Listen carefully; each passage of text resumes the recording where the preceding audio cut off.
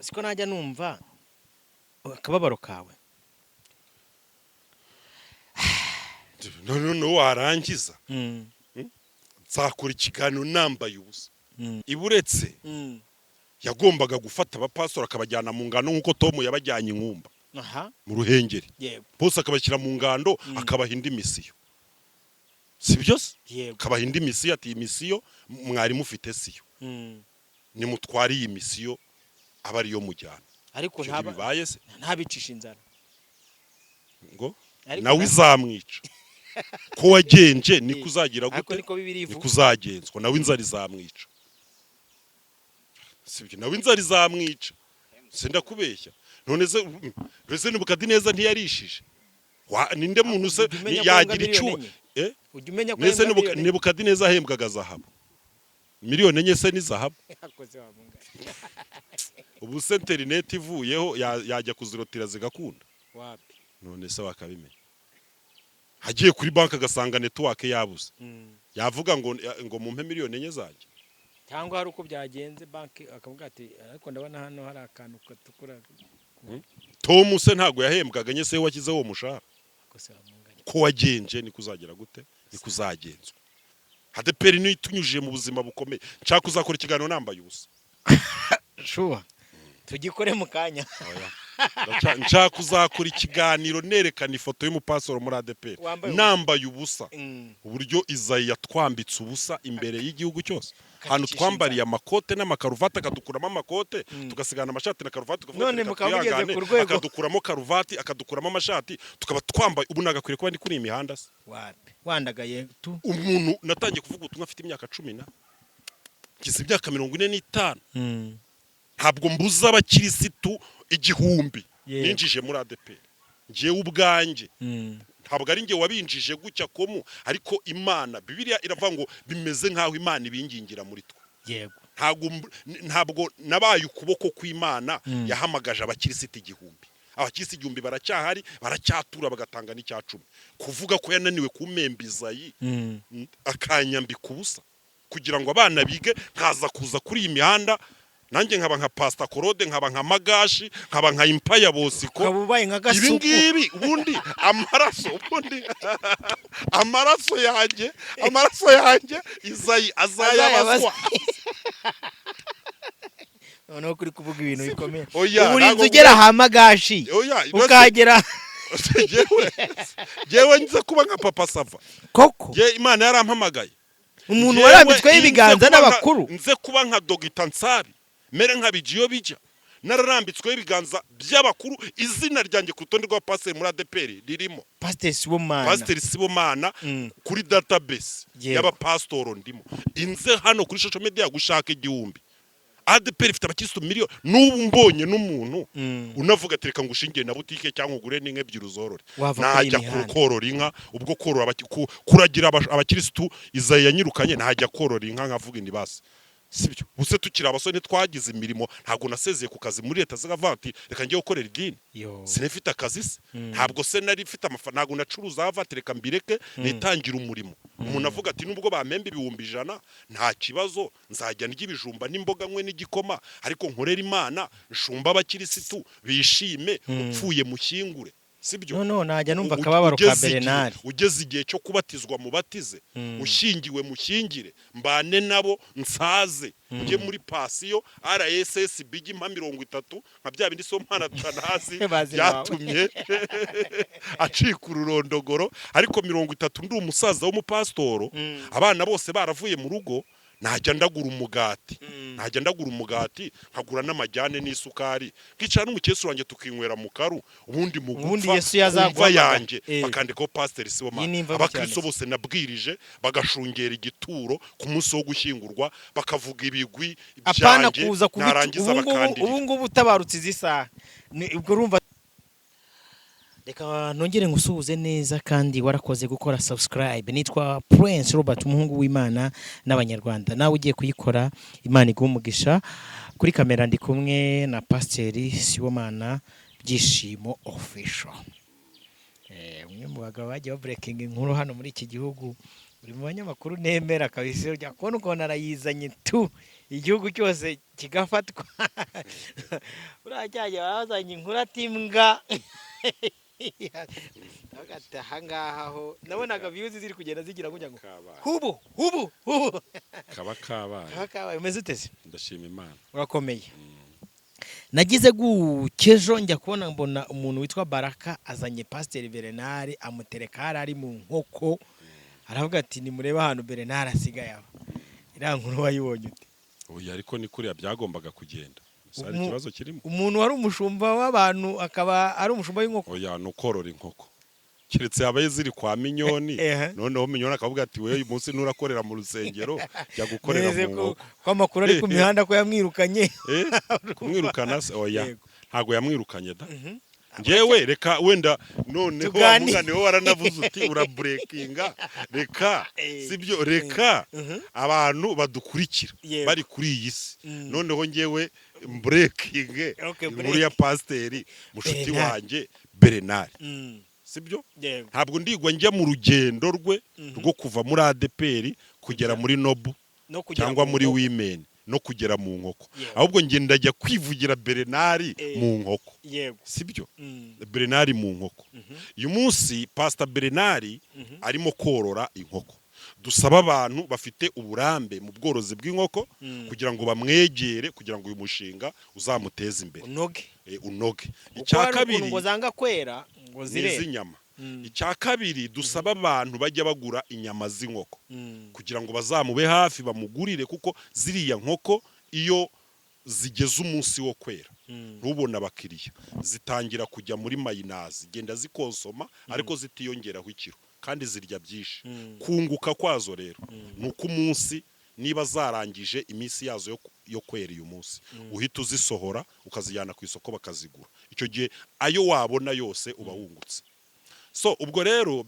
sibyo ako nakambere tubanze tuvuga abantu abo bantu tumutwikire badufashiriza umushumba abantu bafite amahoteli n'iki byose badufashiriza umushumba kugura inkoko zivuye muri praye y'umushumba zagenda pe shingiye ku mavuta Bernard yari afite uyu munsi ngira ngo ziriya nkoko zagenda gose afite ukuboko kwiza zagenda unazijyanye ukazigurisha n'inyama zazo zaba ziryoshye sibyo none kuko nerega nago Bernard warore yaguhaye akazi koko ntabwo Bernard oya nabantu bashaka kwamamaza nimero zacu bazifate tubamamarize nkurikiranwa n'abantu batari munsi ya 2 miliyoni ku kwezi kandi urumva audience nini iri mu Rwanda 70 urumva nifite uruganda rwo kawunga mpamagara ngiye nkwamamariza niba takagu wenda uzajya umpemba amafaranga 10 ku mufuka ayo ngayo rwose azantunga uko nge nzacuruza imifuka myinshi yego sibyo urumva robe abantu baze tubamamariza yego noneho Bernard muri ADPR yari afite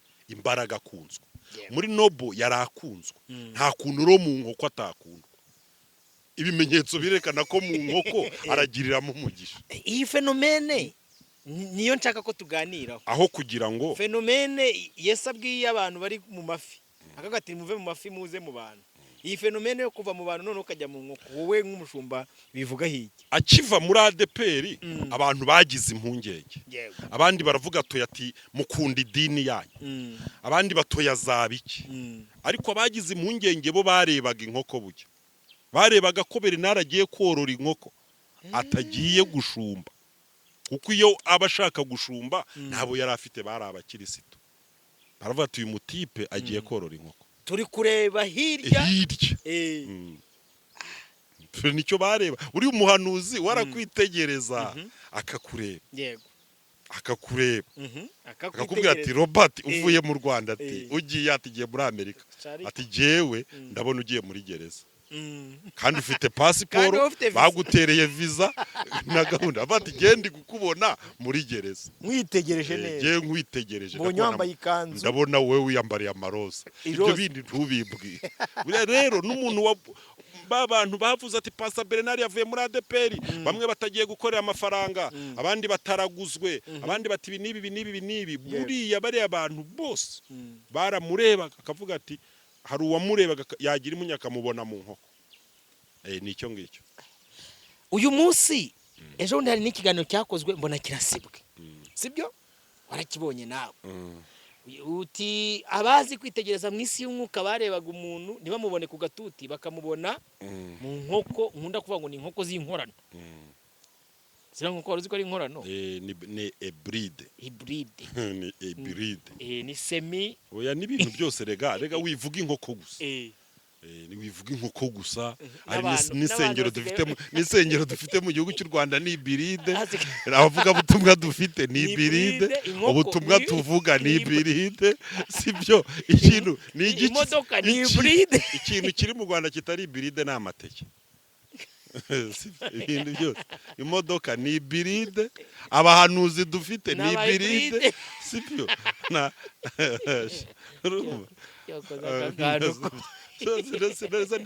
Jyewe nkubeshya se ese wambwira wowe mushumba utari hybride ni bake oya bake se bahe bake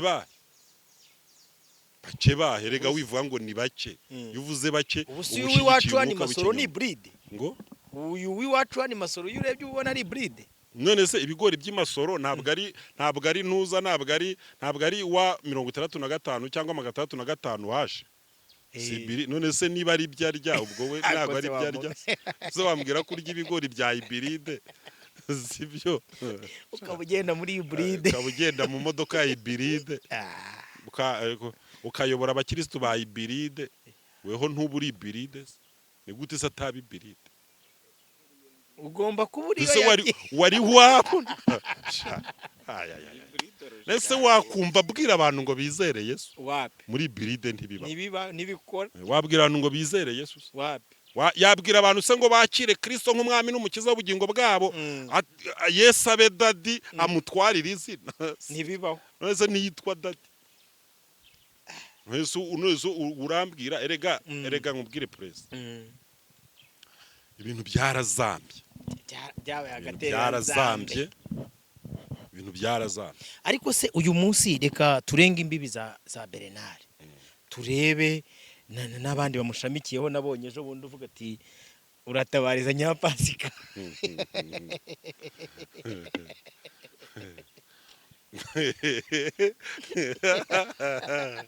shaho datuma mvuga na kari murori mwa oya turi kuganira rega ngemba nzi ibintu byinshi press ngemba nzi ibintu byinshi yego ubuzi bibazo ariko bari abantu bahuye nabyo aba banyira pasika ubuzi bibazo bahuye nabyo urabona ukuntu babangurira avoka yego ukuntu bayibangurira bino bintu bita greffe urumva ku bagronome nibyo bintu batipe bafite amacaci bakora waragufata ukaburi voka nziza iri ahantu nyine urubuto Yesu yijugunye ahantu noneho rukamera yarubona ubwo bwiza wakavuga ati gengeye kurubangurira akagenda akarufata akagenda wakarufata akarubyagurura akaza akarushyira mu gihoho cye yamara kurushyira mu gihoho cye akarukubita ifumbire akarukubita rava akarukubita ibazi akarukubita ikositimu akaruhata inyama akarukubita amafaranga akarukubita viza rukajya mu ndege nyine urubuto rukamera neza yarangiza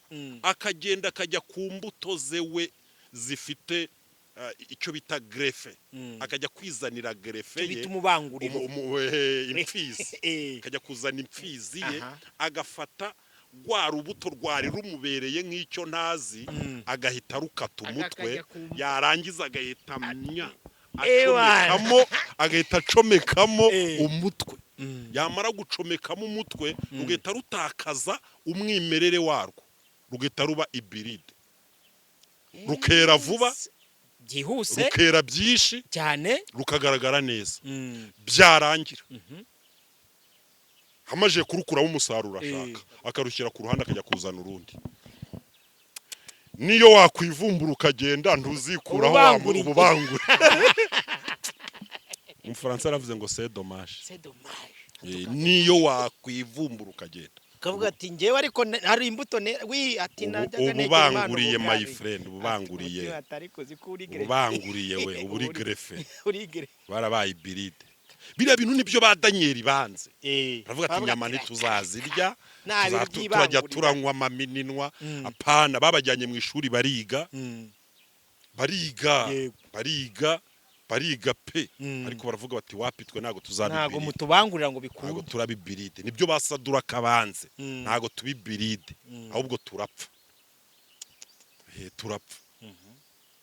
Ahubwo nakomeje gutegeza ravuye ni ariko kukibatareba nka Robert ngo agukubite gerefe koko ukuntu wakwera neza oya nge bazabaze uri muri nge wita wakugerefa akagukubitaho nka hasi sibyo hari imbuto nziza zavoka bita hasi hari ijambo ryabwiwe Yohana cyangwa fuerite namugata abantu bose babyawe n'umugore urabaruta ariko umwana mutoya mugambi bw'Imana wari wumva hari ikinyafu fata ngo nyuze nibura kuri ba papa kingi nabandi reka ntago nge mbangurirwa ndagati katabangurirwa mbivugiye ku mugaragaro reka noneho Bernard yavuze amagambo abiri yavuze amagambo abiri hari ikindi kiganiro Bernard yarekuye kuri Give Hope TV ariko ikintu cyambabashe nuko ahantu hose hitwa Apostle Mignone bagiye baheditinga bakahakuramo mwana bahakatiye iki se mwana ntabwo mbizi bafite ubwoba bwa strikers hari amazina atavugwa reka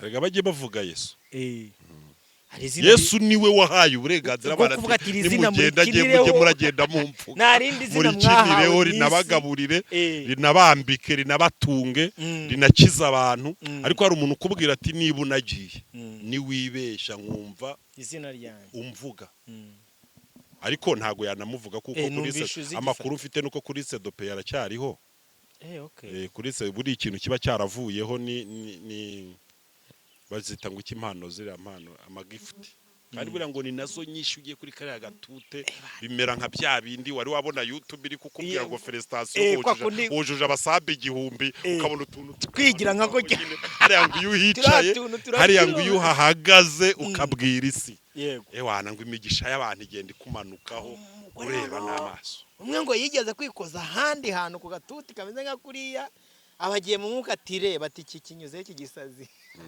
agati bodukure hano atari ko buri akara gatuti abari sawa ubwo rero urumva niba kiri kuri liste dope ntabwo iryo zina yapfa kurivuga amagifuti rero yo buriya no gushakira mu nkoko hari umugabo ni mugenzi wacu witwa Mwanafunzi agaterima kunda gukoresha aravuze ngo ariko ngo kuki twisanza ahantu bigenda gute abantu bakisanga bari grefi biterwa n'icyo ubona ireme ry'ubukristo hano mu Rwanda ryubakitse neza hari ibintu bibiri ugomba kumenya iyo tuvuga ubutumwa bwiza yego hari ahantu tugera tukavuga ngo ntabwo twakunze Imana niyo yabanje kudukunda yego noneho muri uko kudukundira duhamagara kandi nta bundi buryo twari dusigaranye kuko amaboko yayo arakomeye umurimbyi yaravuze ngo aramfata akankomeza noneho buriya no kugira ngo ube grefe nta ruhare runini ubigiramo ahubwo abagrefage ababangurira bo baragukunda bamara kugukunda rero badufatisha ibyo dukeneye ubuse nk'ubu ngubu nk'ubu bibazo mfite yego sibyo cya minerivare z'abana ibaze niba uba mu nzu y'ubukode n'ibiki muri uyu mujyi wa Kigali aragufashe akubakiye inzu aragufashe agukuye kuri tapindigo agukubisa imodoka yo kugendamo aguhaye karibiro umuntu aguhaye telefone nziza iPhone nigwa mpirimana na ntuza kakandi ngo ni abantu bose navuze ko gabuze n'umuntu ngura telefone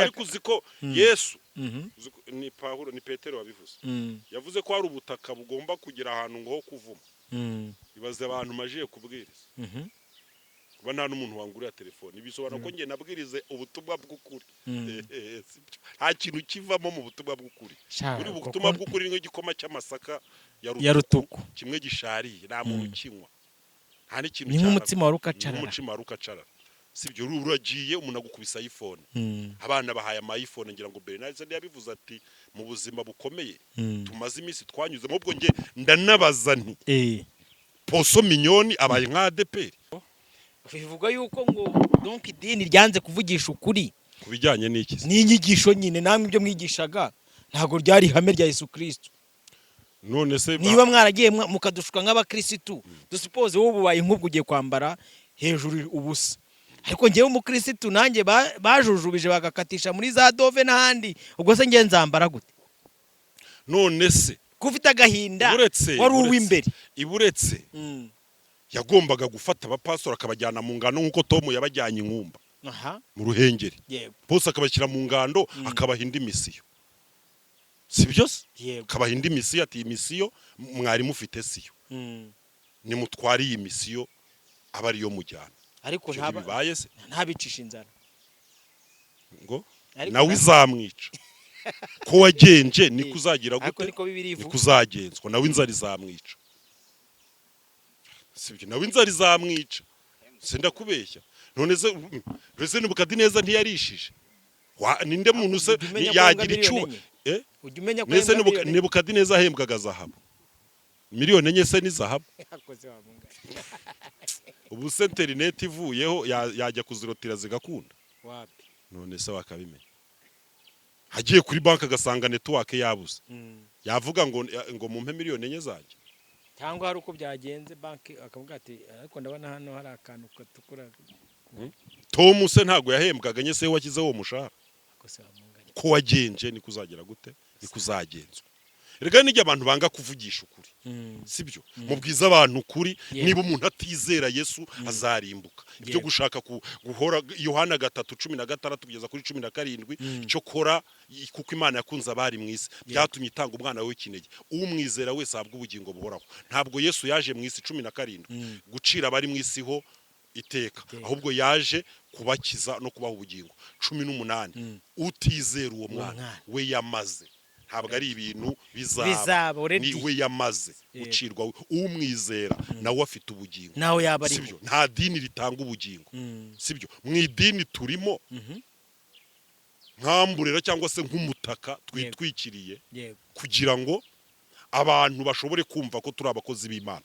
Kuko kugeza uyu munsi bibaye ngombwa ko kugira ngo abantu bemere ko turi abakozi b'Imana twambara amakabutura twayambara, bibaye ngombwa kugira ngo abantu bumve ubutumwa bwiza. Merutse kujya gusoma gusacinga ahantu hari ifoto y'umuntu wambaye ubusa kuri YouTube, yari yambaye ubusa. Nkanzeho umva amakuru yaje, yaravuze ngo nguhaye ikaze muri iyi nkuru yanjye. Nzi neza ko gitumye ukanda winjira muri iki kiganiro ari ifoto y'umuntu wambaye ubusa, wari utewe amatsiko n'icyo ugiye kureba. Arambwira ngo ikinteye agahinda ni uburyo uri umupagani, mbabajwe n'uburyo uri umwanzi waba kwambara ubusa.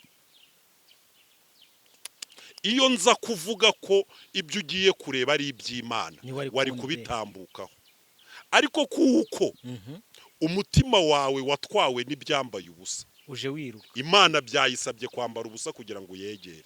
Icara rero, niba udakomeje gahunda yo kujya ikuzimu, ukaba ushaka kujya mu ijuru, noneho ufata umwanya dukurikira aya magambo y'Imana. Ubwo ndicara numva ijambo ry'Imana. Birababaje kuba umukomeda postinga ugasanga ikiganiro cye kirimo kwiruka, umuntu ukina porono ugasanga biri kwiruka, umuntu ngo wagiye kureba ngo kwa Sibomana Atanazi ngo aho atuye mu matiku ugasanga birimo kwiruka. Ariko Robert uvuze ngo umwami Yesu aragukunda ukabinyuraho ukagenda, cyo ni igipimo cy'ububi abantu bafite. Ubwo rero amadini, kubera ko utavuze idini urimo, ntabwo abantu bashobora kumva ko uri umukozi w'Imana. Niyo mpamvu n'uyu munsi hari abantu bavuga ngo ariko ngo ADPR niba yarabakwiye kuba pasitoro ngo ikabakura ku kuyobora isengero ngo mwavuze ubutumwa. Wabuvuga he ko umuco w'Abanyarwanda umuntu avuga ubutumwa iyo afite urusengero? Kuhamagara abantu ngo bazaze kumva ijambo ry'Imana hari urusengero, ako se wamunganye, sibyo? None insengero z'igifungo, jya muri statistique, umubare w'ababatizwa uragabanyuka. Icyo ni ikintu kiba cyikoze, umubare w'ababatiza uragabanyuka, ahubwo abantu batangira kugabanyuka bava mu madini. Idini gakondo cyangwa se sadini nibo batangira kwiyongera. Ibyo rero byose ni urugamba abantu bafite, sinzi wenda ibyo tunabijemo. Urumva ari igihe akeshi Simumange yo ndi gukora ikiganiro rimwe na rimwe bitewe nuko Imana yampamagaye. Hari igihe dushobora no gutanga ikiganiro twebwe ubwacu turi kuvuga ibyacu, umwuka wera bikangombwa ko aza kwivugiramo ibintu bye. Ari ijambo wavuze rikomeye, buriya nakumvishije ku rwego uwo utabasha kumva. Ijambo ryitwa hybrid, buriya ni ijambo rikomeye kugera ku rwego sinzi ikintu kizaba kugira ngo umuntu utaraba hybrid yirinde kuba hybrid, kuko hybrid ni ikintu Bibiliya ivuga kuri hybrid iravuga ngo ubwo udakonje cyangwa nkubire uri ibirutsi. buriya reka nkubwire press ni ukuvuga ngo iki kintu cyitwa hybrid ni ukuvuga ngo niba ari ikigori ntabwo wagifata ngo ugishyire mu butaka cyere. Hari imigenzo iba iri kuri etikete ugomba kugikorera kugira ngo cyere. Niyo mpamvu uyu munsi no mu Rwanda kugira ngo duhinge dukeneye amabwiriza y'abagoronome. Ariko nyamara kera ubutaka bukiri umwimerere. Twararimaga tugacoca amasinde tukabiba amasaka, tukazabagara tukazagaruka gusarura amasaka. N'ifumbire abantu bayirundaga hamwe kuko ifumbire yangizaga ubutaka. Twayishyiraga mu butaka imyaka ikabyuka cyane ku buryo idashobora gutanga umusaruro, bikaba ifumbire rifatwa nk'umwanda ikarundwa hamwe. Hybrid rero uyikorera iki? Ugomba gushaka ikintu cyitwa imvaruganda. Ni ikintu kiba kitazwi uburyo cyakozwe, wenda cyavuye mu Burusiya, twagira amahirwe tugasanga mu muhora wa Hormoze ntiyafunze kigatambuka. Icyo kintu cyitwa imvaruganda uzasanga batwoburija kunywa amazi menshi kuko turya ibintu by'iki, ibyo bintu biri hybrid kuko birimo imvaruganda n'ibindi. Uzasanga leta yubaka ibitaro bya kanseri n'ibindi bintu kugira ngo bahangane n'ingaruka ziterwa na hybrid. Iyo tugeze rero mu buryo bw'umwuka uzasanga hari ibintu byinshi. Ubukristo bundi ni ikintu cyoroheje. Niba hariho ikintu cyoroshye Prince, niba hariho ikintu cyoroshye ni ukwakira agakiza. Niba hariho ibintu Imana yoroheje ku gipimo cyo hejuru ni ukwakira agakiza. Ndaza kuguha urugero. Umuntu witwa Zakayo yajyanye Yesu iwe gusa, yuriye igiti gusa.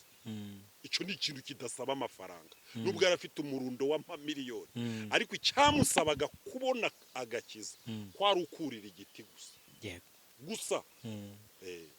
Dukizwa mbere yo gutura, dukizwa mbere yo gutanga icyacumi, dukizwa tubona agakiza tutaramenya kwiyiriza ubusa, dukizwa tutaramenya agaciro k'urusengero. Mbese agakiza kava mu magambo y'ibanze y'ijambo ry'Imana wakiriye bwa mbere, naho nta kindi. Noneho ariko ikintu kibabaje, impamvu babigira hybrid ni ukugira ngo babone uko banegisaho bya bintu byabo.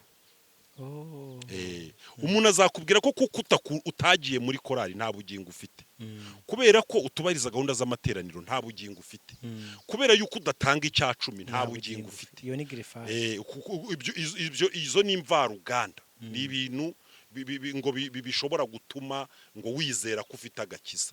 Kubera yuko yapfuye ngo atarahura na pasiteri ngo yature. Nta kintu kibabaje nko kwaturira umuntu kurusha ibyaha cyane, sibyo?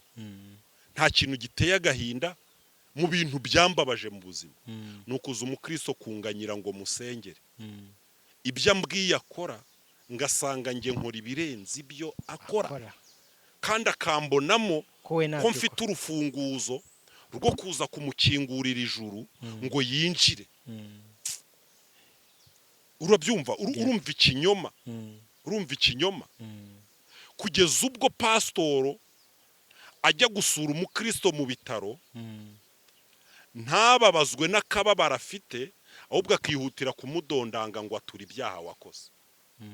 Noneho kwirimba ukumva pasitoro aravuze ngo mushiki wacu yagiye mu ijuru, ngo kuko na mbere yuko apfa nge twariganiriye. Mbese agashaka kumvisha abakirisitu ko yamwihereye ijuru imbere yuko apfa, ngewe twaraganiriye rwose, muha urupapuro ari bwerekane bakamukingurira. Naramukinguriye, sibyo? usesenguye press niba koko kujya mu ijuru ari ukuba udafite icyaha na kimwe hari umunyarwanda waba waragiyeyo ntawe oya reka twere kujya ku isi ntituhazi nge nta yindi sinzi kadufata u nta Rwanda kindi gihugu ndajyamo n'u Rwanda yego nibyo bavuga ngo uburaya nta bibaho simbizi muri geography ari twakandagirayo niba bariho baba turabizi ntago tubizi ariko u Rwanda ndaruzi n'intara zose nazigezemo Kanombe njyayo ngiye kwakira abavuyeyo simbizi niba bajyayo niba koko kujya mu ijuru bisaba ko umuntu aba yera de nta cyaha afite nta munyarwanda n'umwe kuva bapfa nta n'umwe urajyayo kuko bose bapfanye ibyaha yego indi utarapfanye ibyaha urumva cya kinyoma abantu dukwiriye kubwizwa ukuri tukabwirwa ukuri yuko tudajyanwa mu ijuru no gukizwa ibyaha ngo mu itorero ryacu ngo turabera niba hariho abantu beza ukaba ubazi ko ari beza abo bantu wirinde kubajyamo kuko nubajyamo urabanduza uri mubi yego sibyo uri mubi niba Pawulo yaravuze ngo mu banyabyaha nduwe imbere ubuse ninde mushumba dufite hano mu Rwanda uri kuri standard ya Pawulo standard yo kwera kwa Pawulo ninde se uboha amahema ye kugira ngo abeho ninde udatungwa n'icya 10 n'amaturo ninde udatunzwe na gifuti ninde utinuba ninde utababara ninde utarakara ninde utanywa inzoga ninde udasambana niba kureba umugore ukamwifuza uba umaze gusambana kuva mu gitondo mwabagabo mwe musambanye kanga kureba umugore ukamwifuza uba urangije gusambana ibyo kuvuga rero ngo wenda ngo wafashe igitsina gihuza n'ikindi ibyo ni ibyishimo ibyo ni ibyishimo gusambana ni ukureba umugore ukamwifuza ni igikorwa gikorerwa mu mutima ndumva tuzakora pariti ya kabiri iki kiganiro sibyo noneho rero buriya reka dushimire Bernard wafashe icyemezo cyo kujya korora inkoko Imana imuhere umugisha mu nkoko bishobora gutuma yitekerezaho bishobora gutuma agenda atakaza ubu ibiride akazasubira kuba Bernard w'umwimerere umeze neza cyane cyane ko afite umuryango mwiza umushyigikiye buryo shitana atagusenyeye umuryango nta kintu aba yari yakora ku buzima bwawe gikomeye gusa biragoye kuba warabaye bride ukaza kuba sans bride ariko birashoboka kuko twebwe icyo tuvuga ni ubutumwa bwiza twakabwiye umuntu utaraba hybrid arinde ubusugire bwe sibyo ubutaka buradusaba kuba bride kugira ngo twere naga ari mwese nge nawe nzabaye bride bikubwiye kuri kamera nago nge nzabi bride I'm sure bihamirije kuri kamera biravanga umuntu utazi guhamya ibyiringiro bye uri kuma mu maso y'abantu na Kristo nazamuhamiriza jewe rwose nago nzaba hybrid ndabidekaraye uri kumva sibyo sinambara nishyizeho ndabidekaraye n'aba bagrifaje mwahoze muvuga nge nafashe umwanzuro n'inzu yanjye ko tuzakorera Uwiteka Imana izabigufashemo arega nese cyangwa sinahuye nabyo jewe reka mfate nk'urugero mbaho ubuhamya gatoya dusoza ikiganiro uribuka cyagiye cya Pasteur Theogene uzi urugamba ngiye narwanye narwo kugeza ku rwego afere zo kuza gukora grifrages nazigezweho papa uri kumva ariko Yesu yabanye nanjye umugabo wo kumuhamya rero kandi uko yabanaga nanjye kera wamugani wa Karebu kugeza n'uyu munsi zambaraga nateranaga ndacyazi ifite Imana imamagara uko narindi kera n'uyu munsi nikone burarega byiringiye pastor reka nkwe nk'urugero rwa hafi sibyo niba hari ikintu gikomeye n'abantu bari gukora umurimo w'Imana kuri iyi mihanda yacu haranyerera nk'uko mukunda kubivuga n'ahantu hagoye ngewe hana haje 2018 buse nabona uretse ko nta n'umurimo w'Imana uharereka ahubwo abantu bari kubona umurimo w'Imana kuri iyi mihanda nabo ubwabo bafite ibibazo kuri iyi mihanda nta murimo w'Imana uhari kuri iyi mihanda hari amaco y'inda hakaba n'ibyishimo kuba tureba bashobora kubona abantu biyamira umuntu akaba yaba yiciye muri saro yashyize muri frate hariya agakira stress zo mu mutwe nawe ukinjiza ko kayero ubuzima bugakomeza aho Imana izashaka kuzanira umurimo rero twiteguye kuzawukora reka dusoze ikiganiro buryo umuntu atanga icyo afite nimugashira ibintu bidahari niba isoko nta busheri irimo ntayihari nyine sibyo ubwo nuzana mihene kubaga zayicyura ikiriho uruhu sibyo nta bagiro ririmo reka tubashimire, Imana ibahe umugisha, dushimire n'umuvandimwe. Ni ukuri Imana iguhe umugisha, tukoze ikiganiro cyiza pe, kandi n'abadukurikiye namwe dukeneye ibitekerezo byanyu. Niba utaraba grifere uri kumva ushaka kubyo kiwirinda, kandi wa mungana n'umuvandimwe, muri iki kiganiro kirakomeye. Ubu butaka burashariye, iri soko kuvuga ngo uri kurishakamo kugura ukuri n'inkoni wazirya. Reka bwo mbafite ubuhamya, umusaza uri kumva, nzaguha ikiganiro nanjye tuganire mu buhamya, aho umuntu ashobora kwicara ubu usura yo guhera mu kwezi kwa 8 kugeza n'izi saha kuri iri soko wamungana intambura yizanuka isubizo yo batayibaza. Sindahembwa na rimwe guhera mu kwezi kwa 8 kugeza n'izi saha. Abagukunda bagutabara. Reka tubashimire mwese mwabanye natwe, tubabwire ngo ibiganiro byacu nakagaruka. Shalom shalom, nawe utaha.